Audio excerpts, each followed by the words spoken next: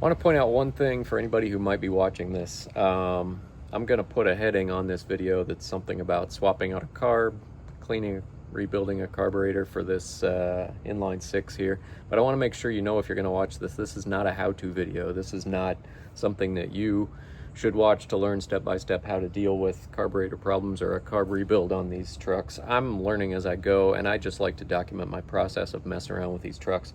So I shot a little bit of video. I didn't shoot everything. I didn't actually take any video when I had the carb taken apart, when I was cleaning it. So again, there's plenty of good videos on YouTube that are very good step-by-step how-to. I watched a couple of them when I was doing this. So look elsewhere for that. But if you just want to follow along with me in my truck adventures, that's what we're here for. So let's get to it.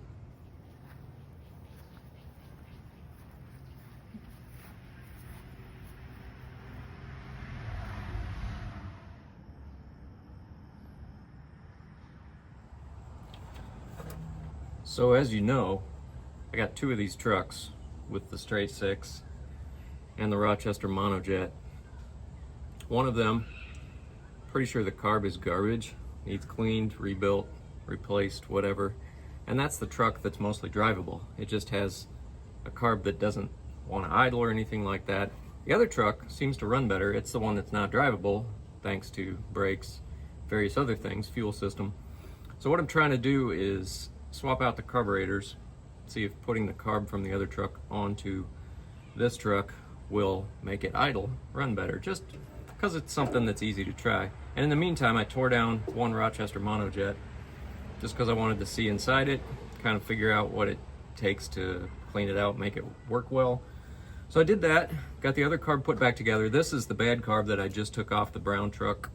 I'm going to now attempt to take the pieces of the fuel systems on both trucks and piece together something temporary that's going to make this carb run on this truck, because the fittings, the hardware on these fuel lines are absolute garbage. They've been rounded off by various wrenches in the past, and there's no way I'm going to be able to reuse one of the stock lines. So stay tuned while I see if I can rig something up.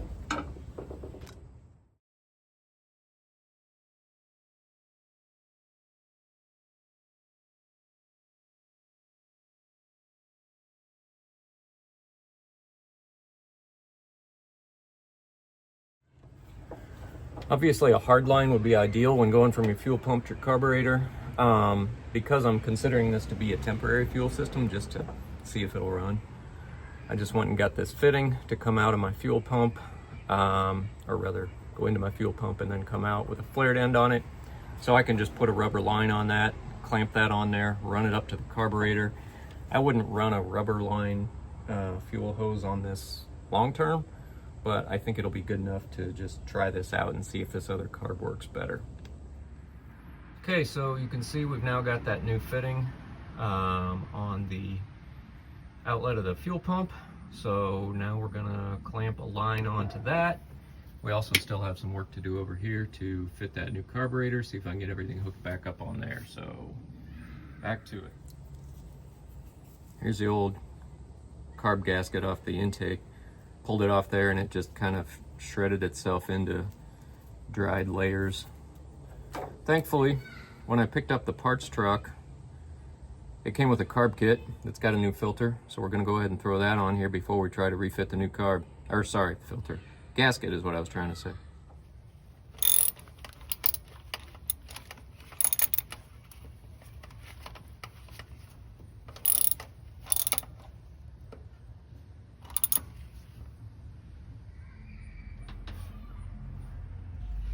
All right, new, well not new, but clean carburetor now on this engine.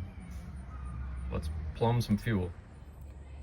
While I'm in the middle of this job, by the way, quick shout out to my dad, who used to buy lots of these HP books, manuals for learning car rebuilding stuff. I have a bunch of his old books. Saw my dad yesterday, by the way. He turned 83 yesterday, so happy birthday, Dad. But anyway, I've got a bunch of his old books that he bought when he was learning how to do car stuff. And I'm thankful that I saved them, because I used this book to learn some stuff about this Monojet. So thanks, Dad. It ain't pretty.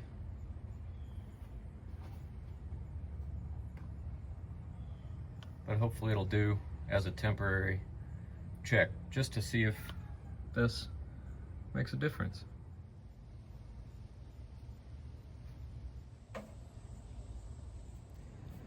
Now at this point in the process, I got my makeshift fuel system plumbed in there. Turned the key, discovered I had a small fuel leak somewhere. That was where I took a lunch break before figuring out where that was coming from. Also figured out a couple other small problems. And also at that point, Owen showed up. So from this point forward, I had some help from Owen, helping me figure out a fuel leak. And then he helped dump some gas in the carb while I was getting it started.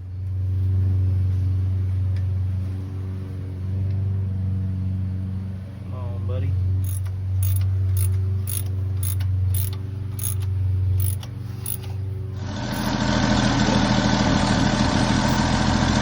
Hey, look, we're idling.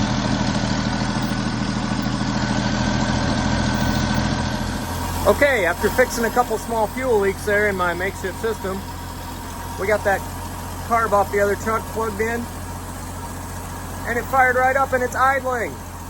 It's idling without wanting to die. This is good. It's a miracle.